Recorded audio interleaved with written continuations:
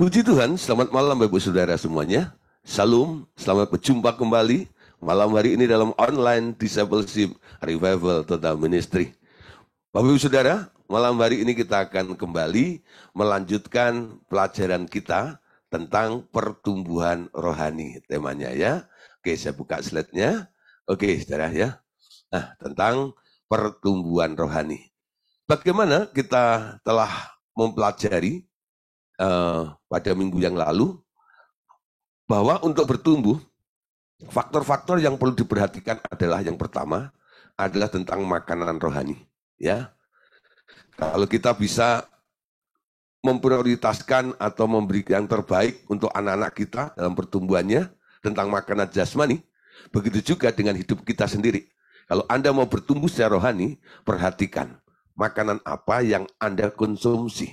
Ya, jangan minum susu terus, ya, tapi harus mulai makan stik atau makanan keras, ya. Nah, jangan alergi dengan namanya makanan keras. Makanan keras itu pasti menyinggung, makanan keras itu pasti mengoreksi, ya. Makanan keras itu baik untuk pertumbuhan kita semuanya. Amin.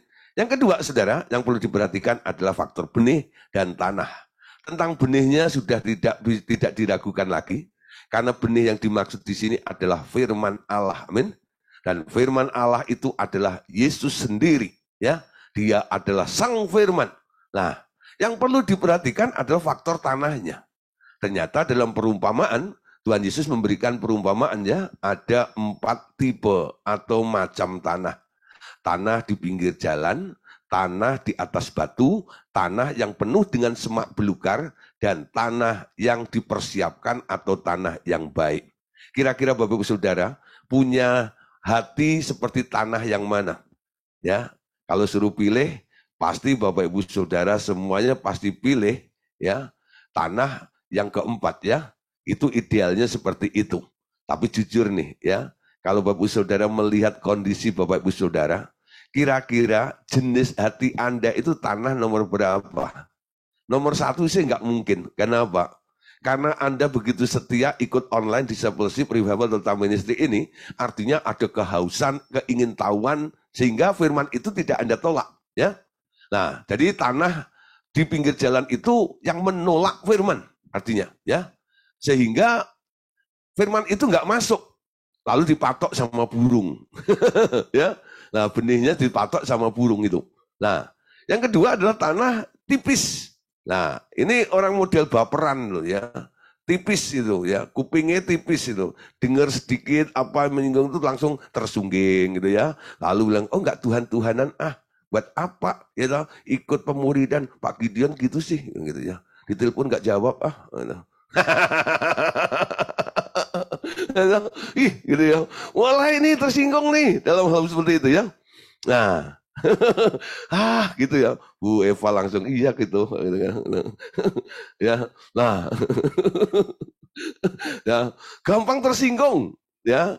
Itu menunjukkan hatimu hati yang kedua, tipis itu namanya. Betul nggak itu? Nggak mengakar. Padahal sudah dibekali dengan firman. Harusnya firman itu diizinkan untuk bertumbuh. Dan saya kadang-kadang memberikan kesempatan untuk Anda boleh langsung ketemu dengan firman. Sehingga saya nggak ikut campur sedikit lah. Nanti kalau memang keadaannya sudah tergeletak gitu, nah baru nih, gitu, perlu ditolong ya saya tolong. Gitu. Tapi kalau Anda harus bertumbuh, saya juga punya gelar Raja Tega sedikit, ya. Teganya kau, gitu ya. Nah, gitu ya. Nah, supaya apa? Supaya bertumbuh. Amin. Nah, kalau ke tanahnya tipis ya tersinggung. Nah, ada lagi yang tanah penuh dengan semak belukar. Itu kehidupan Anda yang dikelilingi dengan hal-hal, ya, kekhawatiran hidup, ya, hal-hal yang kesulitan, masalah dan sebagainya, sehingga firman yang indah-indah itu nggak terrealisasi dalam kehidupan Anda. Lalu Anda berpikir, mana buktinya? Katanya ikut Tuhan, hidup dalam berkelimpahan, buktinya dompet saya kempes, hidup pas-pasan kayak begini. Gitu. Nah, sebenarnya Anda harus bisa keluar. Kenapa? Saya hidup dalam kekurangan seperti ini.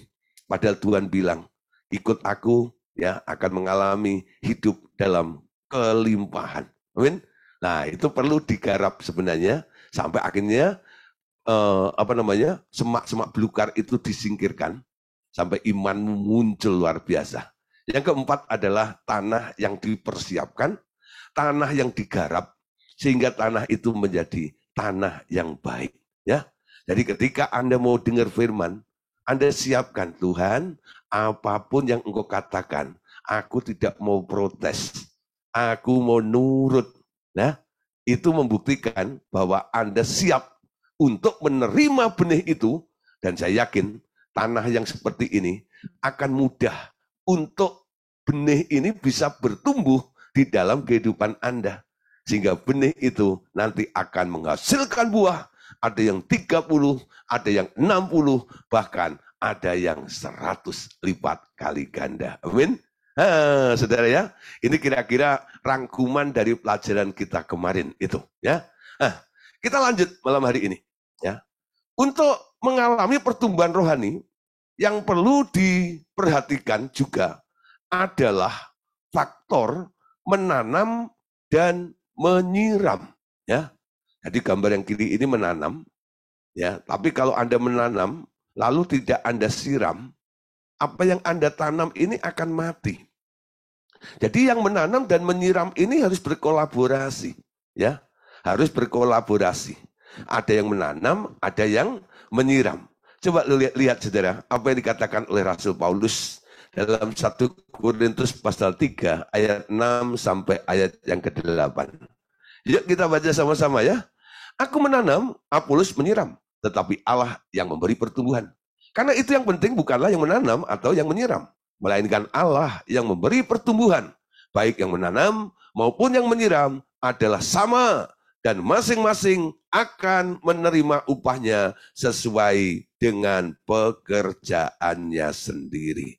Perhatikan Bapak Saudara ayat ini ya. Nah, ketika Bapak Saudara telah membaca dan memperhatikan ayat ini, Bapak Saudara bisa menjawab nih ya pertanyaan saya. Menurut Paulus nih, siapakah yang menanam? Ya, tadi dikatakan di sini, aku menanam. Ini perkataannya Paulus bukan? Jadi aku menanam. Jadi kalau ditanya, menurut Paulus, siapakah yang menanam? Ya.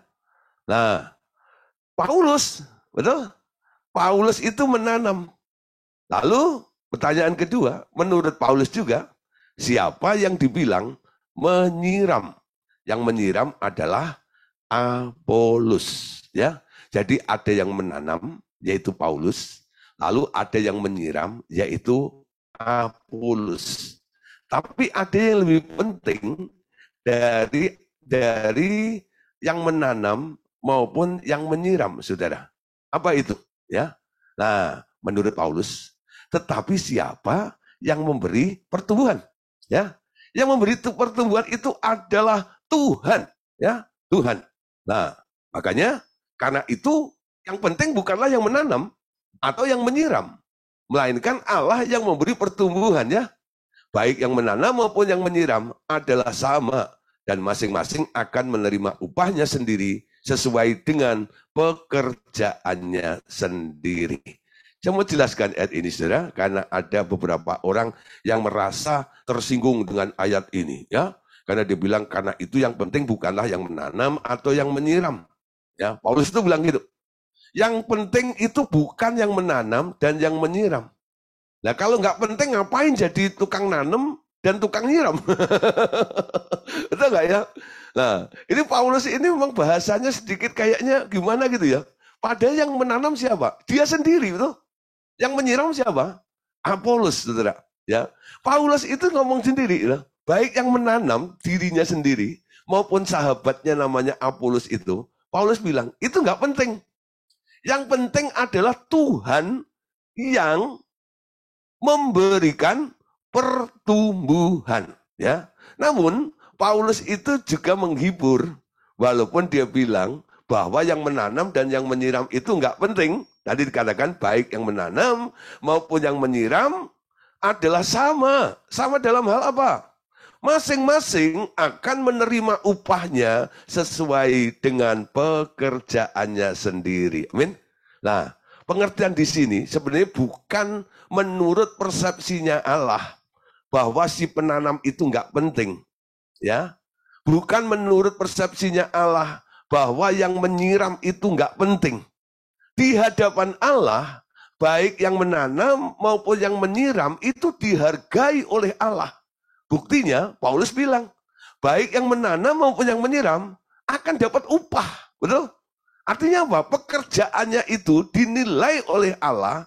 Allah melihat, Allah setuju, dan Allah senang dengan orang yang menanam dan orang yang mau menyiram. Dan ketika ada yang menanam dan yang menyiram, maka tugas daripada Allah adalah memberikan pertumbuhan apa yang ditanam dan apa yang disiram tadi. Amin.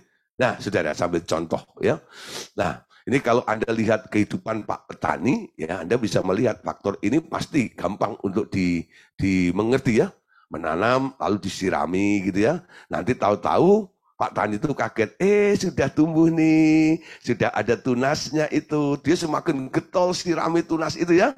Nah, dirawat sama Pak Tani itu sampai akhirnya tunas itu jadi pohon, sampai akhirnya menghasilkan buah di situ. Nah, saudara, dalam hal kerohanian, ya, apa yang dimaksud dengan menanam dan apa yang dimaksud dengan menyiram? Nah, saudara, perhatikan ya.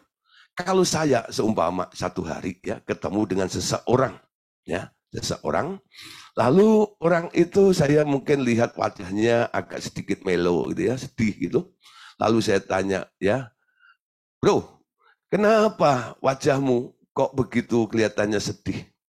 Lalu dia ungkapkan banyak masalah dalam kehidupannya. Lalu orang itu saya perkenalkan Tuhan ya. Nah, saya mulai menabur. Nabur apa? Menabur firman ke atas orang itu, ya. Saya suruh membuka hati, menerima Tuhan Yesus dan juru selamat dalam hidupnya. Tapi ketika saya ajak untuk berkomitmen dengan Tuhan, kelihatannya dia masih mikir-mikir dulu. Bentar ya, saya kan punya keluarga, saya kan punya istri, saya kan punya anak, saya kan punya saudara. Saya tanya dulu dengan keluarga saya, boleh nggak saya ikut Tuhan? Ada ya yang seperti itu ya. Nah, saudara, ketika Anda ya, melakukan penginjilan seperti itu, apakah apa yang Anda lakukan itu gagal? Tidak sebenarnya, saudara. Anda sudah berperan sebagai penanam. Men? Anda sudah menanamkan benih. Iman itu timbul dari pendengaran.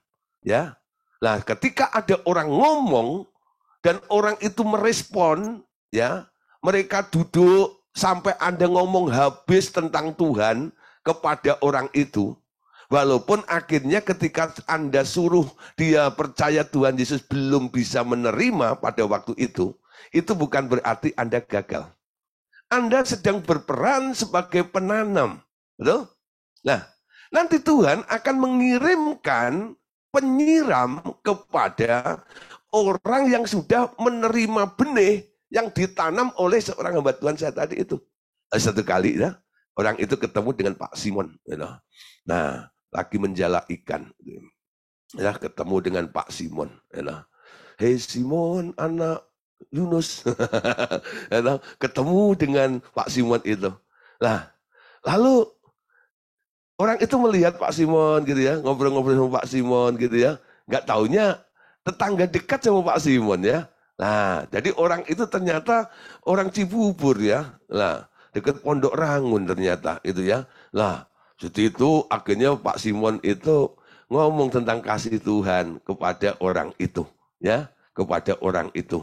Ketika Pak Simon itu ngomong dengan orang itu, Pak Simon bisa melahirbarukan orang itu. Orang itu bisa menerima Tuhan Yesus sebagai Tuhan dan juru selamatnya. Ya. Nah, saudara, kenapa orang itu bisa menerima?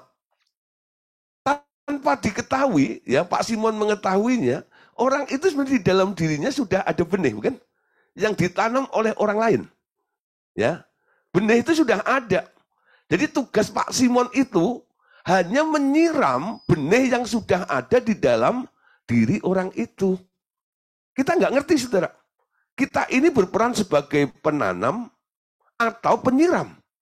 Ketika kita berjumpa dengan seseorang, Apakah orang itu pernah mendengar tentang Tuhan dalam hidupnya atau belum?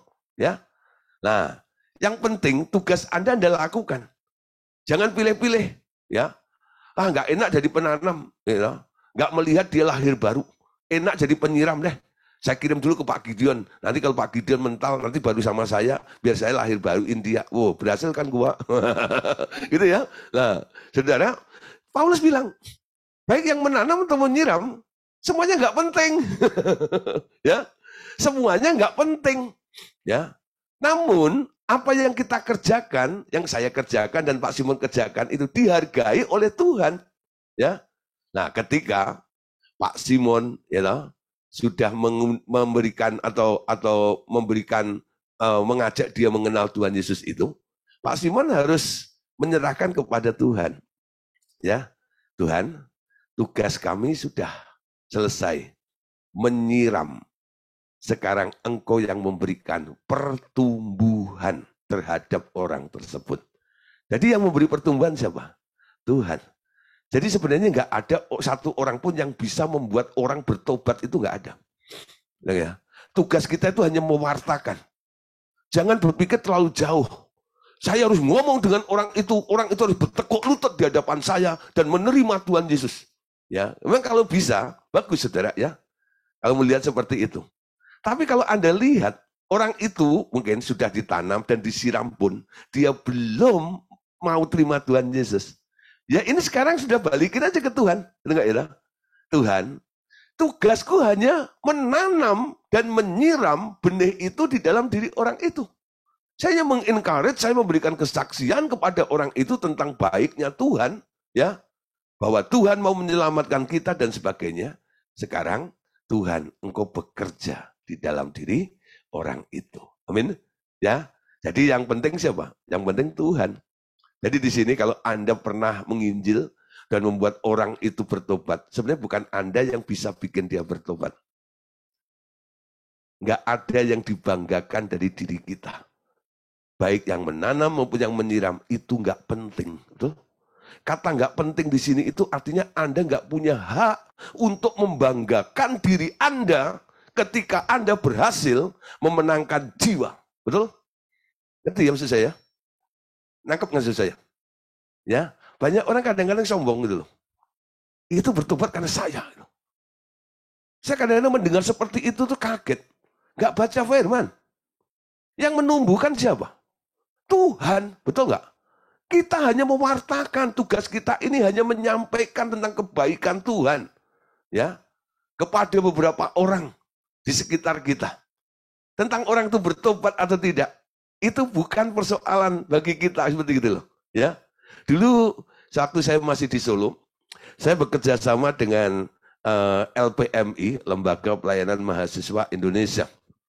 Lalu saya pergi ke Universitas Solo gitu ya, Universitas Slamet Riyadi, pokoknya universitas-universitas di Solo itu nanti kita bikin satu program seperti ini, kita masuk ke dalam kampus-kampus itu, ya. Nah, awalnya kita ketemu dengan beberapa orang Kristen di kampus itu, lalu kita membentuk satu tim ya di kampus-kampus tersebut. Nah, kita ngobrol-ngobrol, kita berdoa, kita mempersiapkan diri. Lalu saya membagikan pembekalan kepada mereka. Dulu programnya itu bahannya adalah 4 hukum rohani. Itu adalah yang diajarkan oleh Billy Graham. Ya, Billy Graham itu seorang penginjil. Jadi 4 hukum rohani dulu ya, bahwa manusia itu berdosa, lalu ada gap antara manusia dengan Allah, lalu Allah Yesus itu menjembatani manusia, lalu orang itu diselamatkan. Intinya gitu, 4 langkahnya seperti itu. Lalu kami briefing berapa orang ini yang ada di situ, lalu mereka mulai menyebar, ya. Nah, untuk menjangkau jiwa-jiwa di situ. Ya, di kafe-kafe atau di kantin-kantin, ketemu orang lagi berteduh di sana, mulai ngobrol tentang 4 hukum rohani itu, ya. Dan saya uji Tuhan, ya, ketika kami ada retret itu ya di Tawangmangu, ya, di LPM dari LPMI itu, ternyata dari tim mahasiswa itu mereka itu pada excited ya, Pak, puji Tuhan ya, ternyata menginjil itu bukan hal yang susah. Menginjil itu hal yang mudah. Ya. Menginjil itu bukan hal yang susah. Tapi menginjil itu adalah hal yang mudah. Hanya membagikan kasih Tuhan kepada mereka. Bicara tentang kebaikan Tuhan kepada mereka. Bicara tentang kebesaran Tuhan kepada mereka. Ya. Nah, saudara, ada kesaksian dikit nih ya. Ada seorang ibu baru pulang dari Jepang. Ya, baru pulang tur sama tim ya, sama beberapa orang dari Jepang ke Jepang ya.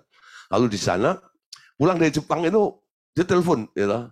Telepon nyari saya, kayaknya nyari Bulda juga kayaknya enggak ya. Terus nyari saya itu kalau macam wah ya. Akhirnya saya telepon siang tadi ya. Lalu dia tuh gitu, Pak ya, saya mau cerita sedikit. Cerita sedikit bisa 1 jam sudah, luar biasa enggak itu. Itu sedikit loh sudah. Kalau banyak tuh bisa 1 hari kan ya loh. Ya udahlah ya, saya dengerin gitu ya. Dan saya salut sekali, luar biasa. Orang ini mengalami kasih Tuhan dalam hidupnya. Awal-awal ikut pemuridan itu benar-benar kayak orang linglung gitu, macam gitu ya. Pertanyaannya itu kadang-kadang itu aneh dan sebagainya segala macam. Tapi terus ikut kelas pemuridan ini. Sekarang kalau dia pergi kemana saja, pelajaran RTM ini, khususnya air hidup gitu ya, itu diterapkan. Dan banyak orang dicuci dengan air hidup sama dia. Gitu. Dan dampaknya apa, saudara? Waktu ke Jepang ini loh, tadi cerita gini, dia tidur dengan seorang ibu yang lebih tua dari dia. Dia kaget ketika dia keluarkan dari tasnya ini, ibu ini mengeluarkan segebok obat, saudara ya. Lalu dia bilang, Bu, gitu loh, ini obat semua diminum. Ya kadang-kadang ya untuk berjaga-jaga ini dan itu ya. Lalu dia cerita bagaimana dia mengalami kelepasan, kebebasan tidak dengan obat seperti ini. Loh, dengan apa? Dicuci aja dengan air hidup. Caranya gimana? Dia cuci orang itu selama di Jepang sampai pulang itu 1 butir aja nggak diminum ya. Pulang itu anaknya kaget loh. Kok wajah maminya itu ceria luar biasa. Ya loh. Gara-gara apa, saudara? Dicuci air hidup sama orang itu. Nah, saudara, ini luar biasa ya. Kalau semua yang ikut Zoom malam hari ini tidak bungkam, betul nggak ya? Ya, porsinya orang itu kan masing-masing dia. Jangan langsung dunia orang mati gitu diwartakan ya enggak. Cari yang enteng-enteng, ya. Materi pelajaran pemuridan ini, ya. Coba mulai diajarkan, ngomong kepada beberapa orang di sekitar Anda. Ya, kalau Anda nggak membagikan itu nanti Anda jadi bayi gendut loh gitu ya. Ya nggak bertumbuh. Tandanya bertumbuh, Anda harus punya anak, betul? Anda harus bisa mengemong orang lain. Anda harus bisa membina orang lain. Menjadi dewasa itu artinya bertumbuh. Tapi kalau tiap hari cuma telepon Pak Gideon, Mama, Mimi, cucu. Nah, ini bunyinya begitu. Pak Gideon tolong doain. Nah, Pak Gideon kapan bisa ke rumah saya? Nanti tak kirim sopir, Pak. Ya, nah, saudara, orang-orang muda seperti begini sampai kapanpun dia tidak akan bertumbuh. Amin. Jadilah penanam. Amin. Jadilah penyiram.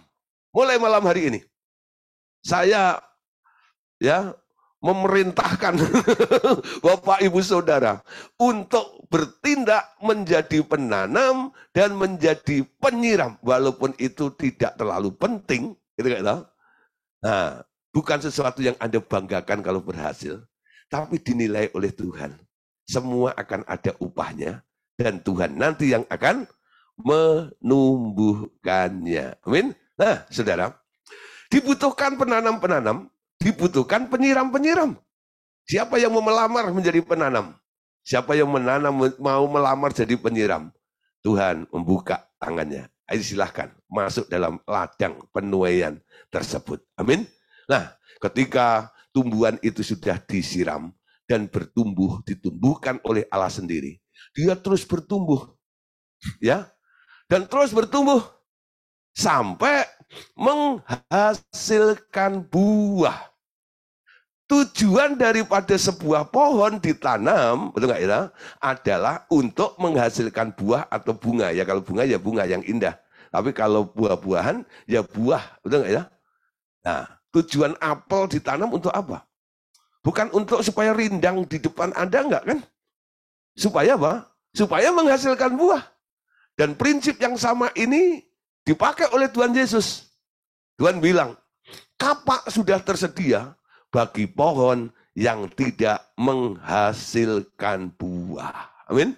Nah, saudara, perhatikan ya, ada dua pengertian di sini tentang buah dan daun. Ya, sama-sama bertumbuh. Tapi ada orang yang hanya berdaun lebat, tapi tidak menghasilkan buah. Daun itu bicara tentang karunia, ya.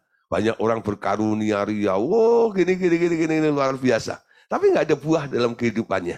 Nah, nanti kita akan lihat buah apa yang harus kita hasilkan sebagai bukti bahwa kita ini sedang bertumbuh. Amin. Nah, coba lihat di sini ya.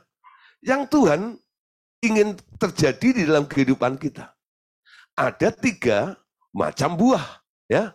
Nah, ini kan 3 buah ya, stroberi. Harusnya 3 macam buah ya. Nah, nangka, stroberi, tomat gitu ya. 3 macam buah ya. Nah, Lukas 3 ayat yang ke-8. Perhatikan di sini. Jadi hasilkanlah buah-buah sesuai dengan pertobatan. Dan janganlah berpikir dalam hatimu, Abraham adalah bapak kami. Karena aku berkata kepadamu, Allah dapat menjadikan anak-anak bagi Abraham dari batu-batu ini.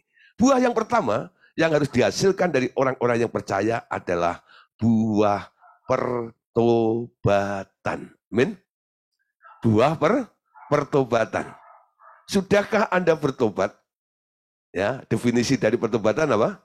Dalam dosa dan pertobatan kemarin sudah kita bahas ya. Dosa dan pertobatan. Pertobatan itu apa definisinya? Yang mencuri, jangan mencuri lagi. Ya. Tapi sekarang bekerja keras dengan tangannya, lalu membagi-bagikan sesuatu kepada orang lain. Dulu ngambil, sekarang memberi. Betul nggak ya? Buahnya ada. Bertobat itu bukan hanya di mulut, tapi bertobat itu bisa dilihat. Dulunya yang nyolong, sekarang malah bagi-bagi. Nah, ingat Sakyus, betul? Ketika dia bertobat, dia tunjukkan buah pertobatannya. Dia bilang sama Tuhan, Tuhan, kalau ada di antara orang yang ada di sini, yang pernah aku peras, aku akan kembalikan kepada dia 4 kali lipat. Luar biasa ya. Dia tunjukkan. Bertobat itu bukan hanya, oh Tuhan, Tuhan, ampunilah segala dosaku. Gitu ya. Hanya ngomong seperti itu. Ya. Tapi tidak ada buktinya. Tidak ada buahnya. Yang Tuhan ingin lihat bukan hanya mulutmu yang berkata, Tuhan, aku bertobat. Tapi tindakannya. Ada buah pertobatan. Amin. Ya, yang dulunya nyolong, sekarang nggak nyolong, lalu mulai bagi-bagi ya kepada orang lain. Orang yang melihat, kok berbeda ya? Dulu merugikan orang, sekarang membantu, menguntungkan orang, menolong orang. Itu tandanya bertobat. Amin. Itu kalau konteksnya nyolong. Tapi kalau dosanya yang lain, nanti Bapak Saudara pikirin sendiri. Ya, pikirin sendiri. Jadi kebalikannya, ya, faktanya harus berubah. Ada ya. Jadi, ngerti ya? Bertobat itu artinya harus mengalami perubahan gaya hidup Anda. Amin. Yang kedua, Saudara, buah yang harus kita hasilkan. Kalau yang pertama namanya buah pertobatan, yang kedua, Yohanes 15. Ayat 7 sampai ayat yang ke-8. Jikalau kamu tinggal di dalam aku dan firmanku tinggal di dalam kamu, mintalah apa saja yang kamu kehendaki dan kamu akan menerimanya. Dalam hal inilah Bapakku dipermuliakan, yaitu jika kamu berbuah banyak, dan dengan demikian kamu adalah murid-muridku. Amin. Nah, di dalam Yohanes 15 ayat 7 dan 8 ini, buah apa sebenarnya? Jikalau kamu tinggal di dalam aku dan firmanku tinggal di dalam kamu, mintalah apa saja kehendaki dan kamu akan menerimanya. Dalam hal ini Bapakku dimuliakan, yaitu jikalau kamu berbuah banyak dengan demikian kamu adalah murid-muridku. Ya, menurut Anda buah macam apakah yang dimaksud oleh Tuhan Yesus dari ayat ini. Ya, buah apa? Buah pelayanan dalam arti kata kita harus memenangkan jiwa-jiwa baru. Ya, itu buah pelayanan. Setelah Anda berbuah yang pertama, secara personal, secara pribadi Anda menunjukkan, nih aku sudah berbuah, buah pertobatan. Sekarang berdampak bagi lingkungan Anda, ya. Anda mulai punya buah dalam pelayanan. Berapa jiwa yang Anda menangkan? Ya. Nah, ini penting. Ini tandanya buah. Setiap Anda memenangkan jiwa, di hadapan Tuhan dihitung. Itu jiwa itu ada label, ada meterainya. Siapa yang memenangkan jiwa itu? Saya bilang ya, walaupun ada gereja yang jemaatnya mungkin puluhan ribu, belum tentu ya gembalanya yang menggembalakan itu 10.000 itu semua yang memenangkan dia, tidak. Ya. Kadang-kadang, kalau ada orang nih dari kampung ya, dia kan sudah jadi Kristen, lalu pindah ke Jakarta, atau Surabaya, atau Medan dan sebagainya, lalu masuk gereja besar, jadi jemaatnya di situ, ya, jiwa baru datang. Ini bukan jiwa baru sebenarnya, anggota baru yang benar, betul nggak? Bukan jiwa baru, dia sudah jiwanya Allah, betul? Dia sudah dituai. Siapa yang menuai? Pendeta yang di desa itu loh, betul nggak ya? Pendeta di desa. Ibu saya ini pendeta di desa, saudara ya. Desa Bendoagung, Kecamatan Kampak, Trenggalek, duwe ya. Nah, itu kalau dicari di peta nggak ada. Nah, ya. Nah, saya lihat nih, kalau saya pulang, gitu, jemaat itu ya sekitar 50-60 orang saja. Ya. Tapi saya lihat orang-orangnya baru-baru terus lah. Ya. Nah, yang lama-lama kemana? Bukan murtad. Karena di desa ini lapangan pekerjaan kan kurang. Jadi karena mereka sudah lulus SMA, akhirnya dia pergi keluar kota. Ya, ketika terjadi mutasi keluar kota begitu, jemaatnya kan kurang lagi ya. Ini pendeta di kampung ini mulai cari jiwa lagi, saudara. Memenangkan jiwa lagi, memenangkan jiwa lagi, memenangkan jiwa lagi ya. Nah, kalau saya lihat database-nya, itu sebenarnya jiwa yang dimenangkan lebih dari 1.000. Tapi kalau ibadah, itu 60 orang aja, 50-60 orang aja. Ya, nah itu jiwa yang ratusan itu kemana? Sudah nemplok ke gereja-gereja besar yang ada di kota-kota, saudara. Ya, nah, jadi pemenang jiwa itu, ya, sama pengumpul jiwa itu beda. Ya, nah, ada gereja yang mengumpulkan jiwa-jiwa hasil dari orang yang memenangkan jiwa. Nah, dia dinilai siapa yang memenangkan? Bukan pendeta yang ngumpulin itu. Yang ngumpulin itu hanya merawat jiwa, betul ya? Bukan pemenang jiwa. Buah yang kedua adalah buah pelayanan, memenangkan jiwa. Berapa kali saya memenangkan jiwa? Ada beberapa orang ya yang ya dari ponakannya atau dari anaknya, dari bapaknya, akhirnya satu keluarga itu bertobat ya. Atau teman-temannya akhirnya bertobat juga. Lalu saya sarankan untuk bergabung dengan sebuah gereja yang saya lihat gereja itu bisa menumbuhkan iman mereka. Ya, saya titipin nih ke sini, ke sana.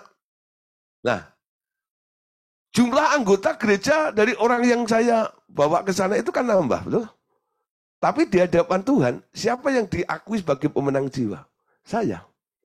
Saya memenangkan jiwa. Amin. Ya. Jadi jangan lihat, wah, jemaatnya nggak banyak. Nah, saudara, tapi lihat nih, berapa jiwa yang pernah Anda menangkan, itu ada tandanya. Ya, tandanya. Nah, tanda meterainya, ini siapa dulu yang memenangkan.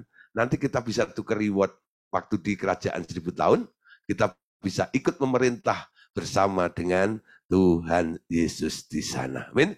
Buah yang ketiga, Bapak Saudara, yang harus dihasilkan. Buah apa? Nah, Galatia 5, ayat 22 sampai ayat 23. Tetapi buah roh ialah kasih, sukacita, damai sejahtera, kesabaran, kemurahan, kebaikan, kesetiaan, kelemah lembutan, penguasaan diri. Tidak ada hukum yang menentang hal-hal itu. Amin. Nah, saudara, yang ketiga, buahnya adalah buah roh. Buahnya ada berapa? Buahnya ada berapa? Wah, ada yang begini, ada yang begini, ada yang begitu, ada yang begono, gitu ya. Nah, buahnya ada berapa? Ada yang bilang 9, ya. Coba perhatikan kalimatnya ya. Semua pasti pernah sekolah ya. Nah, kalau nggak ngerti ini bahasa Indonesianya dulu dapat berapa? Galatia 5:22 ya. Perhatikan tetapi buah roh ialah kasih, sukacita, damai sejahtera, kesabaran, kemurahan, kebaikan, kesetiaan, kelemah lembutan, penguasaan diri. Tidak ada hukum yang menentang hal itu. Perhatikan yang di merah ini ya. Buah roh. Ya. Wow. Kata Bu Eni ada 3. Ya. Buah roh. Di sini tidak dikatakan buah, tapi buah roh. Men? Namanya buah itu adalah buah roh. Ya. Buah roh. Nah, di dalam satu buah ini itu mengandung 9 cita rasa. Di dalam buah roh itu ada roh kasih, ada roh sukacita, ada roh damai sejahtera, ada roh kesabaran, ada roh kemurahan, ada roh kebaikan, ada roh kesetiaan, ada roh kelemah lembutan, dan ada roh penguasaan diri. Ya, satu buah 9 citra rasa. Siapa di sini pernah makan dulu waktu zaman masih remaja itu ya, anak-anak dulu zaman saya itu ada permen namanya nano, gitu. Nano, gitu. Nah, nano, gitu ya. Nah, rasanya apa itu? Manis, gitu. Asin, pedas, pahit. Ya, satu permen itu rasanya rame, gitu. Makanya iklannya satu permen rame rasanya. Rame rasanya, ya. Nah, saudara, buah roh itu satu, namanya buah roh, ya. Jadi setiap orang yang telah menerima Roh Kudus, sebenarnya di dalam dirinya itu sudah masuk paket, ya. Masuk paket.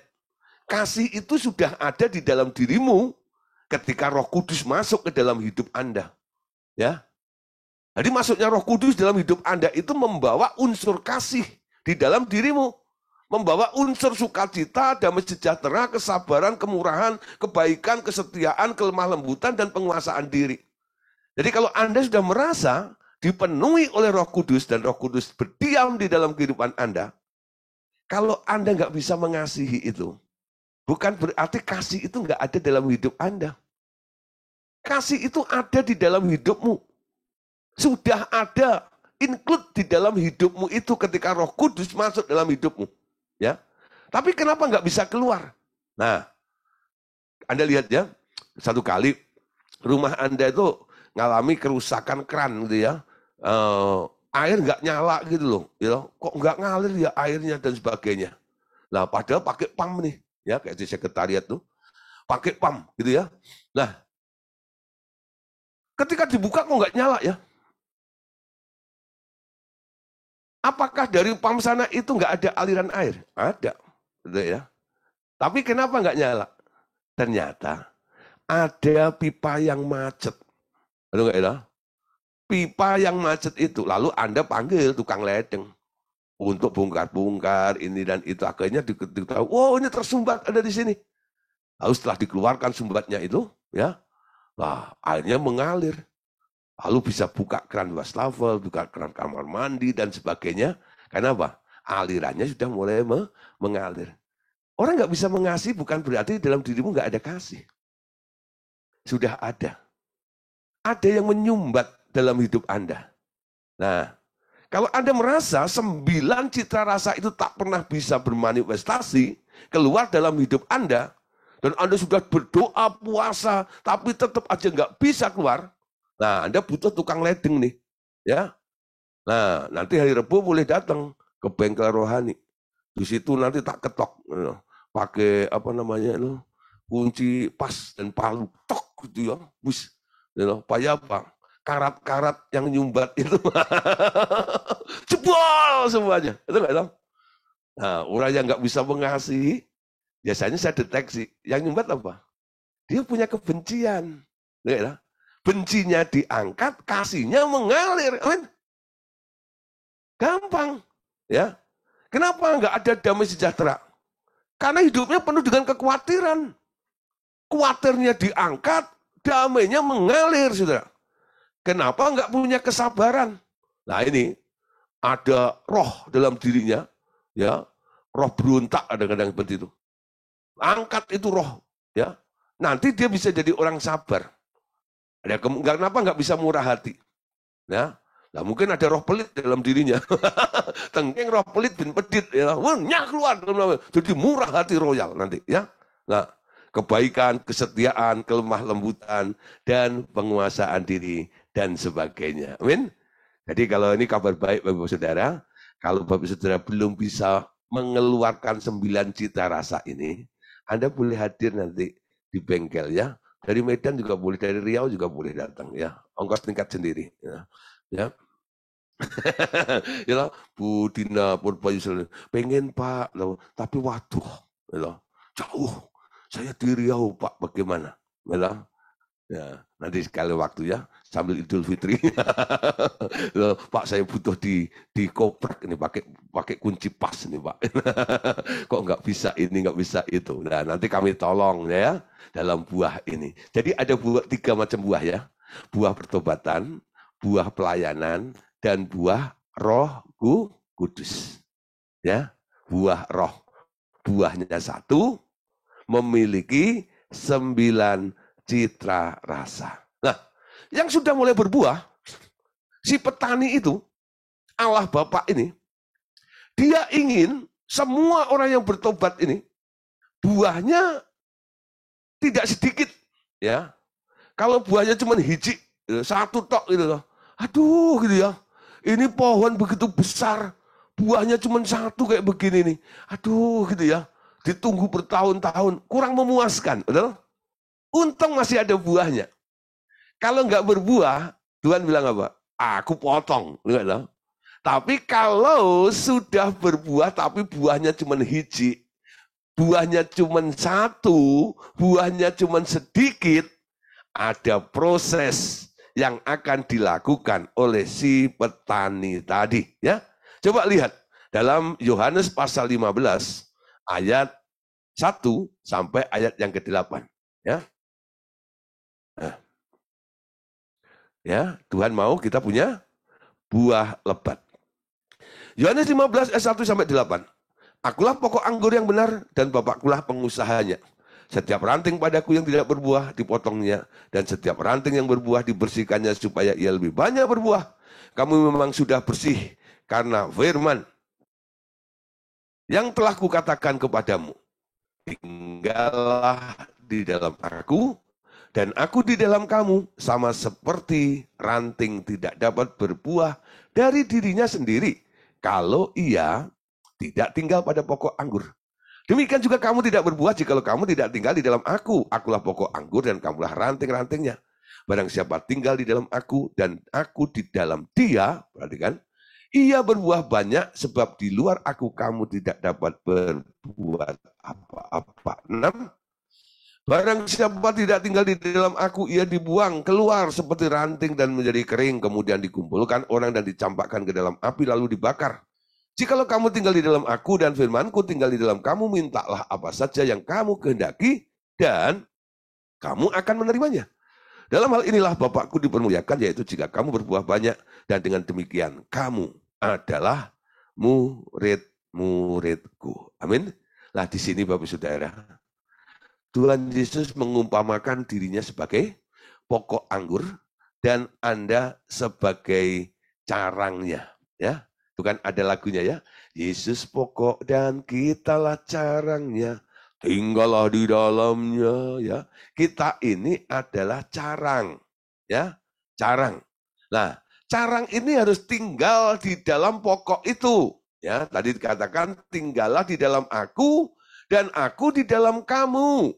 Sama seperti ranting tidak dapat berbuah dari dirinya sendiri kalau ia tidak tinggal pada pokok anggur.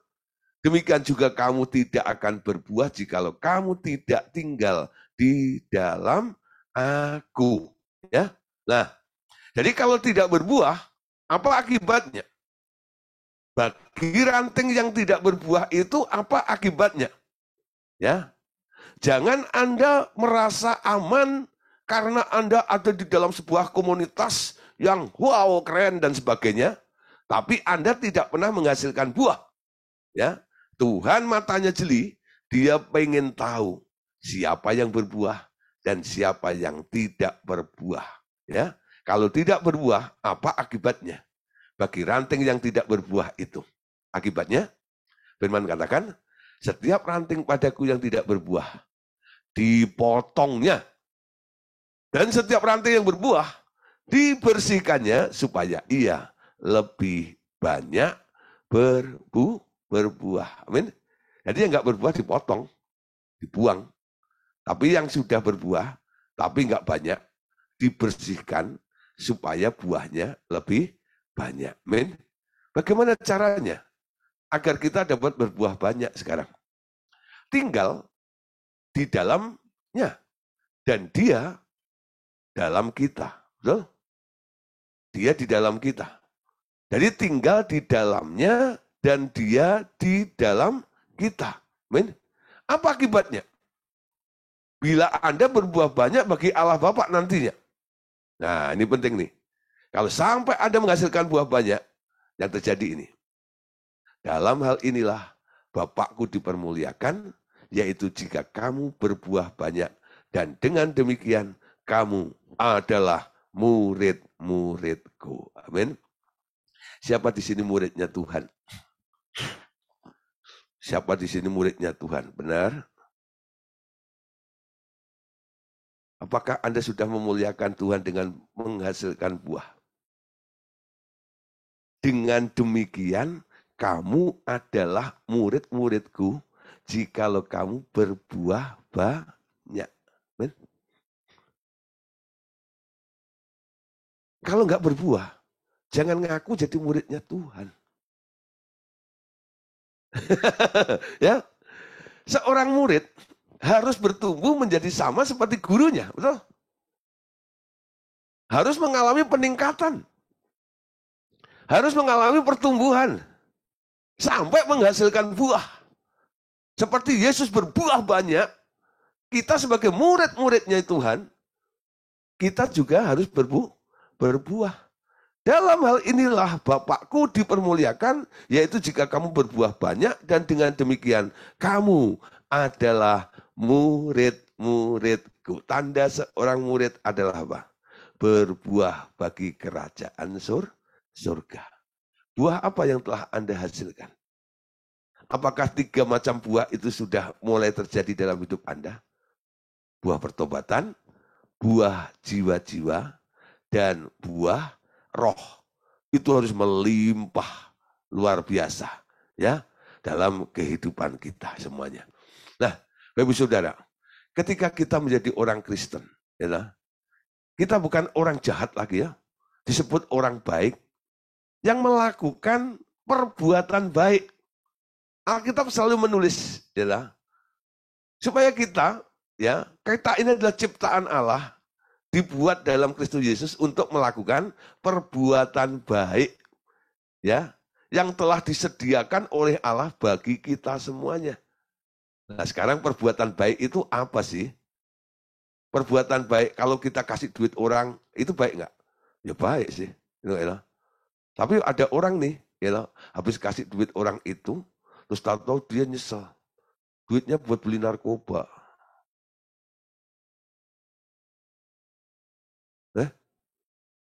Ketika Anda dengar begitu, kenapa aku kasih duit tadi ya? Ngasih duit ke orang, baik nggak?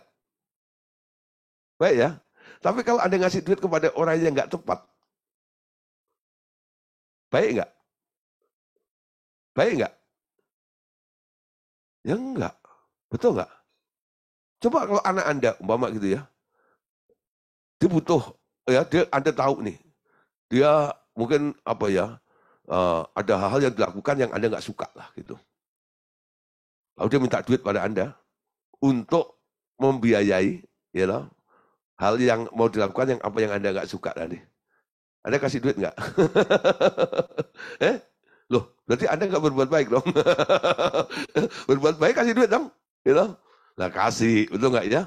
Nah Anda lihat. Memberi, asal memberi, ya, belum tentu itu bisa dibilang sebagai berbuat baik. Ya, menolong orang, gitu ya, asal menolong orang, itu juga belum tentu bisa dibilang berbuat baik, saudara. Nah, kita akan lihat di sini ya. Yuk kita lihat tentang perbuatan baik ini. Artinya apa? Ya, oke. Tentang berbuat baik.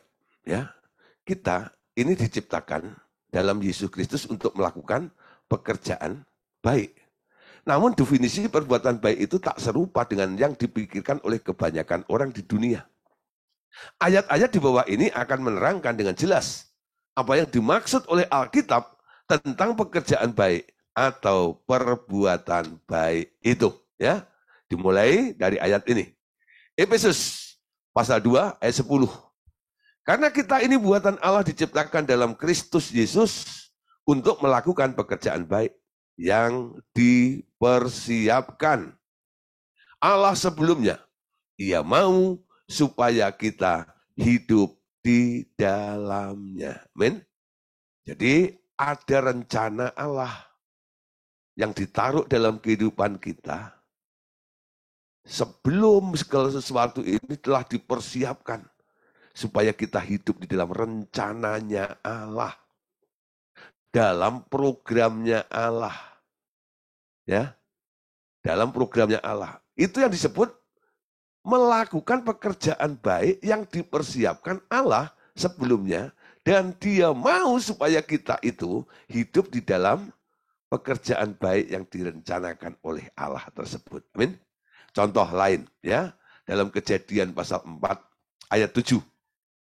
Di sini ada kata berbuat baik lagi. Apa kamu tidak akan berseri jika engkau berbuat baik? Tetapi jika engkau tidak berbuat baik, dosa sudah mengintip di depan pintu. Ia sangat menggoda engkau, tetapi engkau harus berkuasa atasnya. Amin. Nah, saudara, Anda lihat di sini. Apa yang dimaksud Tuhan dengan berbuat baik di sini? Ya, berbuat baik di sini itu artinya melakukan apa yang diperintahkan Allah. Jadi walaupun ada target di depan Anda jangan gegabah. Anda harus melibatkan Tuhan. Anda harus tanya Tuhan, hal apa yang harus Anda lakukan terhadap orang di depan Anda itu. Ya, umpama nih, saudara, Anda sudah mulai menjadi hamba Tuhan. Mana-mana diundang. Ya, untuk menyembuhkan orang sakit, mengusir setan, membersihkan rumah dan sebagainya. Nah, ketika Anda datang, ya, jangan langsung gegabah ngikutin keinginan orang tersebut. Pasti keinginan apa? Pak, tolong Pak bersihin rumah saya. Ya, banyak wewe gombelnya, Pak. Ya, Bapak kuntilanaknya banyak, Pak. Ya, ada genderuwonya, Pak. Ya, nah, tolong Pak bersihin. Ya. Nah, atau mungkin masalah-masalah yang lainnya ya. Orang yang ketemu dengan Anda untuk Anda doakan seperti itu. Nah, di sini Anda jangan gegabah. Jangan melakukan apa yang Tuhan tidak perintahkan. Pagari ya, apa yang Anda lakukan dengan tunduk pada perintahnya Tuhan. Walaupun ada pasien di depan Anda ini, Anda nanya Tuhan dulu. Tapi nggak usah ngomong keras-keras di depan dia. Bentar ya, aku tanya Tuhan dulu. Tuhan, boleh nggak aku begini, gini. Nggak usah gitu. Ya, nanti dia tersinggung. Ya. Dulu awal-awal saya dapat pelajaran seperti ini, lalu saya ngomong terus terang sama dia. Bentar ya, saya tanya Tuhan, boleh nggak ya, gitu, Wow, marah dia. Akhirnya berdebat, berantem hanya perkara seperti itu. Ya, nah, Anda untuk memfilter, Anda tanya Tuhan dalam hati saja. Tuhan, ada apa dengan orang ini? Ya, engkau mau apa dengan orang ini? Lalu dengar instruksinya Tuhan. Tuhan akan menyatakan sesuatu kepada Anda tentang orang itu. Kadang-kadang apa yang diinginkan itu nggak sesuai dengan apa yang Tuhan mau lakukan di dalam diri orang itu untuk menyelesaikan masalahnya. Ingat ya, satu kali saya pernah bersaksi tentang kesaksian melayani orang di Jogja ya. Ya, saya dengan Bu Emi almarhum pergi ke Jogja. Lalu ada seorang ibu bawa suaminya. Nah, saya masih tidur, Saudara. Karena itu benar-benar itu hari Minggu itu saya dari jam 4 pagi ya sampai pulang nyampe Jogja lagi itu jam setengah 3. Ya, saya khotbah 3 tempat, ya Solo 2 tempat, Madiun, lalu balik lagi nyetir sendiri itu kan. Waduh, kalau macam itu udah sampai akhirnya sudah capek tepar ya. Saya tidur pikir ya kan acaranya baru mau diadakan sore gitu ya. Istirahat dulu lah saya pikir gitu. Dibangun itu pagi dulu. Ada pasien nih kalau macam ya. Terus akhirnya saya sikat gigi dulu, mandi gitu, lalu saya datang ya itu, tapi masih agak ngefly itu. Antara sadar dan tidak, jadi masuk alam roh namanya. Gitu. Lalu saya duduk di depan orang itu, saya bilang, ada apa ini Bu? Gitu. Si ibu itu langsung nyecer di depan saya, Pak Gideon, tolong doain suami saya ini, nasihati dia, malasnya luar biasa, ya, saya modalin bangkrut lagi, gini, ya, makanya sekarang, gitu, dia saya suruh di rumah saya yang kerja, gitu, gitu. Tapi saya nggak tahan Pak, gitu. Coba doain Pak, ya, saya dengar Pak Gideon sama Bu Emma di sini, ya, tolong doain, gitu. Ketika dia nyecer saya seperti itu loh, ya, itu saya itu ya namanya orang agak ngantuk-ngantuk gitu loh, kayak masuk alam roh. Benar-benar sudah itu kan saya cuma pikir gitu, Tuhan kok ada aneh orang seperti ini gitu ya. Saya tuh cuma ngomong gitu loh, ya udah nggak bisa mikir, pikiran saya belum seger, ya. Jadi saya cuma sama Tuhan itu cerita kayak begitu. Lalu Tuhan itu ngomong, yang perlu didoain bukan suaminya, yang perlu didoain adalah istrinya. Itu benar-benar ngomongnya itu jelas sekali. Dan habis itu saya tenang, ya, damai sejahtera, suara hilang. Nah, saya bilang, ya, Bu, ya, Roh Kudus bilang, bukan suami ibu yang perlu didoain, tapi ibu yang perlu didoain. Marah dia. Ya. Semakin dia marah, Roh Kudus memberi tuh manifest kan, ya, manifest loh, ya. Lalu Roh Kudus berikan hikmat. Kenapa suami ibu jadi seperti ini? Karena sikap ibu tidak menghormati suami. Istri itu firmannya bilang, hei istri, tunduklah pada suamimu. Betul? Seperti kepada Tuhan. Suami yang bagaimana? Gak ada keterangannya. Bukan suami yang lagi banyak duitnya. Betul nggak? Pokoknya namanya suami, istri harus tunduk. Saya tuh ngomong keras begitu. Ibu telah melanggar firman. Sehingga terjadi seperti ini. Karena ibu tidak tunduk pada suami. Sehingga suami ibu jadi important. Gitu. Lumpuh semuanya. Nggak bisa apa-apa. Dimodalin berapapun. Nggak bisa. Kenapa? Ibu injak kepalanya. Yang dilakukan sekarang cuma satu. Ibu harus minta ampun pada Tuhan. Minta ampun pada suami. Lalu saya bilang sama Bu Emi, konselingin istrinya dulu. Saya konselingin suaminya. Ketika istrinya diajak Bu Emi konseling sana, lalu suaminya ketemu saya bilang, Pak, Bapak itu sebenarnya juga salah. Ya, Bapak itu sebenarnya juga salah, gitu loh. Tapi saya tidak boleh ngomong begitu di depan istrinya. Ngerti, saudara? Kenapa? Istri yang sedang kalap seperti itu, gitu, nggak bisa diloloskan permintaannya. Ya, bukan berarti saya membela, membenarkan suami enggak. Ada timingnya. Setelah dia disingkirkan, pergi, dikonselingin di ruang sebelah, saya konselingin suaminya. Ada banyak hal yang perlu saya bereskan juga di suaminya itu. Ya, tapi hierarkinya itu dibenerin dulu. Adanya pemberontakan seperti itu. Nah, saudara maksud saya. Kalau saya ngikutin ibu ini, saya cecer suaminya, saya ikut berdosa dong. Betul nggak? Saya membela, mengiyakan orang yang arogan, yang tidak tunduk pada suami itu. Nah, ngerti saudara maksud saya? Mendoakan orang, ya itu jangan asal mendoakan. Anda butuh pimpinan Tuhan. Anda butuh arahan Tuhan. Betul? Nah, banyak orang tuh kadang-kadang permintaannya harus diturutin. Ya. Nah, kalau Anda mintanya semua permintaan diturutin, Tuhannya siapa? Tuhannya Anda dong. Betul nggak? Saya bukan hamba Tuhan. Saya jadi hamba Anda dong. Kita hamba Tuhan. Amin. Harus tunduk pada Tuhan. Amin. Dalam segala hal. Amin. Bisa dimengerti ya?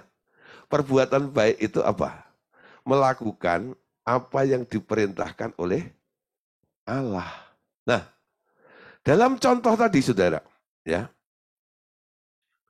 tentang Kain dan Habil tadi. Kenapa Tuhan menegur Kain? Kalau kamu berbuat baik, kenapa mukamu muram? Itu enggak ya? Perbuatan baik apa yang dimaksud oleh Tuhan dalam hal Kain tadi nih? Mereka mempersembahkan korban kepada Tuhan. Tapi persembahan Habil diterima atau diindahkan. Sementara persembahan Kain itu ditolak atau tidak diindahkan. Kenapa, saudara? Cara mempersembahkan menghadap Tuhan itu versinya beda. Kain ini merasa dirinya petani, dia memberikan kepada Tuhan karya terbaiknya, hasil terbaiknya, mau diberikan kepada Tuhan. Ya, bukan seperti cerita guru sekolah minggu, katanya Kain itu memberikan persembahan tomat yang busuk, ya, semangka yang udah bosok, gitu. Enggak, ya, dia pasti persembahkan buah yang paling yang matang pohon, udah enggak ya? Durian ya durian matang pohon, enggak karbitan, ya. Kasih yang terbaik untuk Tuhan, ya. Bukan barang cacat, tapi salah. Salahnya kenapa? Habil bukan kebetulan dia seorang gembala, sehingga dia memberikan anak lembu jantan, ya domba jantan kepada Tuhan. Ternyata, ya walaupun tidak tersurat, tapi tersirat. Orang zaman dahulu itu kan belum ada tontonan, ya. Jadi kalau malam gitu mereka ngumpul di depan rumah, nanti yang paling tua itu cerita pengalaman hidupnya. Nah, Adam itu pernah cerita tentang pengalaman hidupnya ditebus, diselamatkan oleh Tuhan. Ketika dia sibuk bikin baju itu dari daun, Tuhan kasih itu baju dari kulit binatang. Ya. Nah, untuk mendapatkan kulit binatang itu harus ada domba yang disembelih, atau binatang yang disembelih. Sehingga ada darah yang dicurahkan di hadapan Tuhan. Dan mulai saat itu tersirat. Setiap orang yang datang kepada Tuhan harus mengucurkan darah. Dan ini mengacu, saudara, kepada apa yang Tuhan tetapkan tentang darah Tuhan Yesus. Betul? Nah, tapi dulu terselubung. Kain nggak ngerti. Dia maunya sendiri. Sehingga persembahannya tidak diterima. Ya, Habil persembahannya diterima karena cocok dengan maunya Allah. Dia mempersembahkan sesuatu yang sama seperti apa yang diinginkan oleh Tuhan. Amin. Nah, Yohanes 10 ayat 32. Ya. Kata Yesus kepada mereka, banyak pekerjaan baik yang berasal dari Bapakku yang kuperlihatkan kepadamu. Pekerjaan manakah di antaranya yang menyebabkan kamu mau melempari aku? Ya. Jadi Tuhan Yesus itu bilang kepada ahli Taurat, orang Farisi, orang-orang Yahudi yang mau melempari batu itu. Banyak pekerjaan baik yang berasal dari Bapakku yang kuperlihatkan kepadamu. Coba lihat ya. Perbuatan baik apa saja? Contohnya, ya. Apa saja contohnya pekerjaan baik yang dilakukan oleh Tuhan Yesus? Ya, menyembuhkan orang sakit, membangkitkan orang mati, mengusir setan, menyembuhkan orang bisu, tuli, kusta, memberi makan 5.000 orang, dan lain-lainnya. Ya, lah, saudara, Anda perhatikan di sini ini, ya, apa yang dilakukan oleh Tuhan Yesus ini, semuanya sumbernya dari Bapa, betul? Dia bilang tadi, pekerjaan baik ini berasal dari Bapakku. Aku melakukannya nurut sama Bapakku. Nah, pola yang sama ini, walaupun Anda nanti juga menyembuhkan orang sakit, membangkitkan orang mati, mengusir setan, menyembuhkan orang bisu, orang tuli, orang kusta, memberi makan 5.000 orang dan lain-lainnya, semua itu konsepnya harus sama. Berasal dari mana nih pekerjaan baik itu? Bukan idenya Yesus. Itu berasal dari Bapaknya. Amin. Ingat ya. Jadi hal menyembuhkan orang sakit. Anda harus tanya dulu sama Bapak. Boleh enggak? Bapak menyembuhkan, anak menyembuhkan. Betul? Jadi Bapak lebih dulu punya ide, gagasan, dan melakukannya. Ya. Nah, saudara. Kisah 10. Ayat 38. Yaitu tentang Yesus dari Nazaret. Bagaimana Allah mengurapi dia dengan Roh Kudus. Ya. Dan kuat kuasa. Dia yang berjalan berkeliling sambil berbuat baik dan menyembuhkan semua orang yang dikuasai iblis. Sebab Allah menyertai dia. Amin. Ya. Allah menyertai dia. Nah, ini Yakobus 2 ayat 8. Akan tetapi, jikalau kamu menjalankan hukum utama yang tertulis di dalam kitab suci, kasihlah sesama manusia seperti dirimu sendiri. Kamu berbuat baik. Amin. Nah, cara mengasihi harus balance nih ya. Mengasihi seperti dirimu sendiri. Amin. Terus Matius 17 ayat 20. Sebab aku berkata kepadamu, sesungguhnya sekiranya kamu punya iman sebesar biji sesawi saja, kamu dapat berkata kepada gunung ini, pindah dari tempat ini ke sana, maka gunung ini akan pindah dan tidak ada yang mustahil bagimu. Amin. Tuhan mau ya, dan perbuatan baik itu sampai gunung pun bisa dipindahkan. Asal Anda punya iman. Iman itu dengar suara Tuhan. Amin. Matius 13, 31, 32. Ya, ini ayat terakhir. Nah, Matius 13, 31, 32. Hal kerajaan surga itu seumpama biji sesawi yang diambil dan ditaburkan orang di ladangnya. Memang biji itu yang paling kecil dari segala jenis benih, tetapi apabila sudah tumbuh, sesawi itu lebih besar daripada sayuran yang lain, bahkan menjadi pohon sehingga burung-burung di udara datang bersarang pada cabang-cabangnya. Amin. Nah, pertanyaan penutup, saudara. Menurut Anda, apa yang dimaksud oleh iman sebiji sesawi ini? Ya, jawabannya sudah kebuka. Iman yang hidup, yang dapat bertumbuh menjadi besar. Jadi Tuhan bilang, milikilah iman sebesar biji sesawi. Kenapa Tuhan nggak pakai contoh iman sebesar biji durian? Lo kan gede ya. Kenapa biji sesawi? Anda tahu ya, biji itu memang paling kecil dari antara semua biji dari buah-buahan. Namun sesawi itu punya potensi untuk menjadi besar. Ya. Jadi untuk mendapatkan sesuatu, untuk Anda bisa melakukan perkara yang besar itu bukan idemu yang besar, bukan. Bukan gagasanmu yang besar, bukan. Satu saja. Ya. Kenapa Smith Wigglesworth itu bisa melakukan banyak mujizat? Dan setiap KKR, temanya nggak aneh-aneh. Lambat Tuhan sekarang kan from glory to glory, wow, gini-gini macam-macam gitu ya. Temanya cuma satu. Only believe. Percaya saja. Itu iman sebiji sesawi. Aku percaya. Percaya akan apa? Tuhan ngomong, aku lakukan. Itu loh.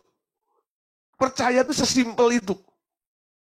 Anda menemukan, mendapatkan infonya, lalu Anda mempercayainya, lalu Anda mengerjakannya. Itu yang disebut iman sebesar biji sesawi. Iman sebesar biji sawi itu beda dengan tingkatan iman yang aku mau. Betul ya? Aku mau asal aku jamah jubah Yesus, maka aku sembuh, gitu ya. Mulainya dari saya. Ya. Aku cari Tuhan. Tantangan apapun juga aku tetap kokoh. Ya. Masih pakai kekuatan sendiri. Akhirnya Tuhan bilang, "Hai ibu, besar imanmu. Jadilah seperti apa yang kau mau." Betul? Perwira Kapernaum. Karena kebutuhan. Hambanya sakit. Dia datang pada Tuhan. Dia bisa menangkap satu prinsip iman. Betul gak ya? Mekanisme iman. Katakan sepatah kata saja, maka hambaku sembuh. Tuhan Yesus geleng-geleng. Belum pernah aku jumpai iman seperti ini di kalangan orang Israel. Sementara Yesus berjalan dengan murid-muridnya. Ya. Setelah dia mengutuk pohon yang gak berbuah itu, dia balik lagi. Murid-muridnya kaget. Guru, itu pohon mati sampai akar-akarnya. Yesus bilang, bukan hanya pohon mati dengan omonganmu. Kamu bisa ngomong sama gunung itu. Tercampaklah ke laut. Gunung itu akan tercampak juga. Asal kamu punya iman sebesar biji sesawi. Ya, ada terjemahan lain. Iman sebesar biji sawi itu adalah imannya Allah. Bukan imannya manusia. Imannya Allah itu artinya apa? Ini idenya Allah. Ini gagasannya Allah. Ini maunya Allah. Betul? Jangan pernah dipengaruhi dengan kemauan orang. Atau kemauanmu sendiri. Anda harus ngerti. Tuhan, apa yang kau mau? Amin? Masa kalah dengan iklannya Sprite ya? Ku tahu yang kau mau. Keren loh. Loh sekarang dengan Tuhan loh. Kita bikin iklannya sama. Tuhan, ku tahu yang kau mau. Enggak dah? Ku tahu yang kau mau Tuhan. Aku mau tahu Tuhan. Sampai aku ngerti apa yang kau mau. Seperti itu. Ya, malam hari ini mau bertumbuh? Sampai di sini dulu. Ya, besok masih ada satu sesi lagi. Jangan ketinggalan kereta. Amin. Tuhan Yesus memberkati kita semuanya. Amin.